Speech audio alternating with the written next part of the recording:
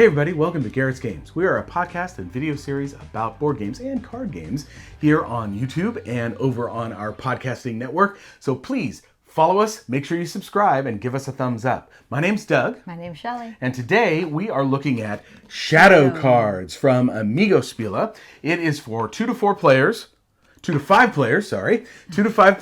and it is a trick-taking card game with some predictive elements and some fun.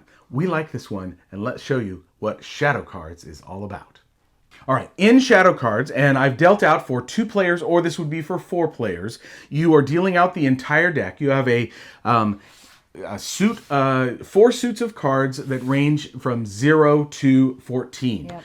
The reds are trump. In a 2-player game, the first hand that you're dealt is going to be for round 1. Then this other hand is going to be for round 2. Then you're going to gather up all the cards, and you're going to do that again. In a 3, 4, or 5-player game, you're only going to play 3 rounds and dealing out every time. The game is about making sure that you predict right what you are going to achieve in terms of the scores in the tricks. Now, what does that mean? Well, you have a hand of 15 cards, and in a 2-player game, you're going to choose 3 of those. In the other player levels, you're going to just choose 2 of them, and that is going to be your prediction for your score at the end of the round. And what do I mean by that? Well, I chose this 9 and this 11, okay? And that would be 20, all right? So what I'm trying to do is achieve a score of 20 at the end of the round. Well, how do I do that? Well, each turn we're going to be doing tricks. So the lead plays a card. You have to follow suit unless you don't have the color. And then whoever wins the trick gets to choose one of the cards played in the trick for their score pile. Not necessarily, of course, the one that they played, but any of them. Yeah. So in a 2-player game, one of the 2 cards. In a 3 or 4-player game, you've got 3 or 4 cards to choose from. And so you are trying to exactly hit the numerical value that you chose as your score. And I should have actually had 3 cards over here in a 2-player game. Oh, yeah. So for your total. Right. So mine would be 24, for example. Sure. I'm trying to hit exactly 24.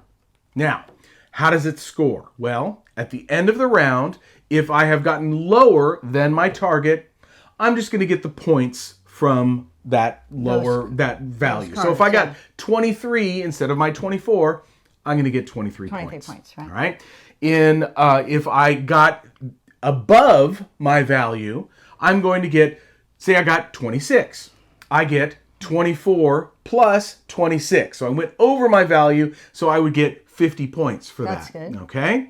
If I hit, boom, exactly 24, I am going to get 3 times the value. All right? So 72 points for that particular score. And this value is secret. The value is secret, yeah. But you can kind of get some ideas based on if they're taking large cards exactly. or small cards, what they might be doing. Right? But then the final thing, and this really plays out in all different levels, because we did it even in a 2-player, is the person who, if you overshoot, say you both overshoot, the person who overshoots the most, well, they get to take their top 3 cards in their score pile. The largest value. The largest value cards. Yeah. And then subtract everything else in their score pile. And that becomes their score. So if I had if I'd gotten 40 points in my score pile, and I had a 10 and a 13 and a 7, okay, so that's going to be 30. I have to subtract all the other things so that those other 10 points, okay, and so I only get 20 points,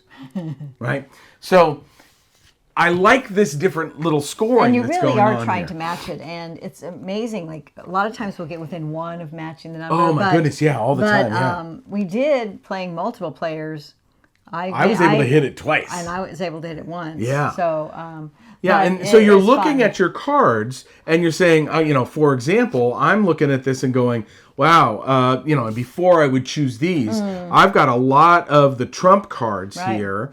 And I know that half the cards aren't in the deck, and I've got 1, 2 of the 4 14s. So I'm going to win a bunch of tricks here. Yeah, you are. All right? And so, given that, I might shoot even higher and do higher than 24. But by getting higher values out here, I'm choosing 3 cards. Then I'm giving up cards that I could use for the score. So, because I've given up a 9 and 11 over here. And also, if you're giving up your highest numbers, then you don't have those. Win the tricks. Well, yeah, you don't have those to do your adding. Exactly. Because they won't be your high numbers that you've necessarily picked up. So you play through in a 2-player game 4 rounds, in a 3, 4, or 5-player game 3 rounds, doing those various aspects of scoring, and that's the game. Yeah.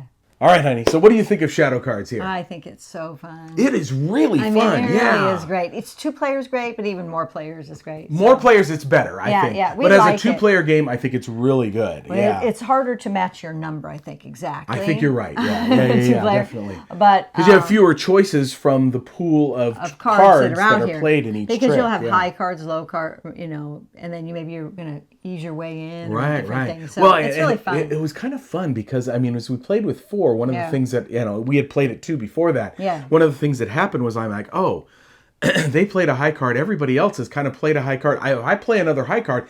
They're going to have to take a really high card towards their score, which in a multiple player game, you only have 2 cards, and you might overshoot quite a bit, right?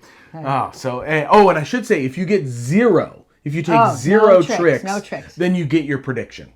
Right. Yeah, that's a fun way to try to do too. Yeah. And we did have David was able to do that. Successfully do that too. So there's a lot of options with the game. It's just fun. Really a fun little game here called Shadow Cards from AMIGO, designed by Bob Kamp and Christopher Haviland. 10 plus on the box. If you like trick-taking games, this is a fun little twist on it. Very, very much so.